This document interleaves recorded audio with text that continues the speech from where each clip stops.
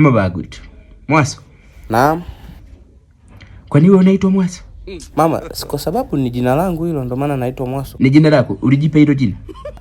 Hapana, sikujipa. Au tufanye Mwaso, ulizaliwa nalo? Hapana, sikuzaliwa nalo. Mimi nilizaliwa tu nikalikuta jina. Sasa Mwaso, kwa nini useme jina lako na wakati haukuzaliwa nalo wala haukujipa hilo jina? Kwa nini useme jina lako? Sasa mama, si ndo jina ninaloitwa, ndo jina ambalo mmenipa wewe na baba. Sasa tulikupa sisi, manake mimi na baba yako ndo tulikupa jina la Mwaso, si ndio? Ndio nyewe mlionipa.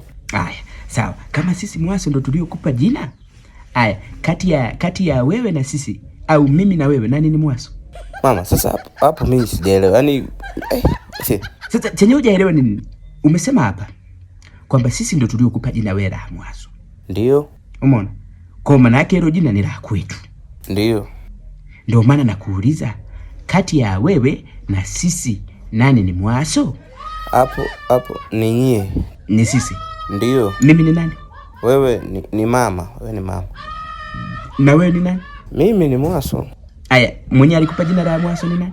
Ni nyie. Ndio nakuuliza tena mara nyingine, kati ya wewe na sisi au na mimi nani ni Mwaso? Kama jina tulikupa sisi, tulikupa wewe. Wewe ulizaliwa na jina? Hapana. Si ulijikuta hapa hauna jina? Ndio. Kati ya wewe na sisi nani ni Mwaso? Mama, mimi nachanganyikiwa. Mwaso ni nyie.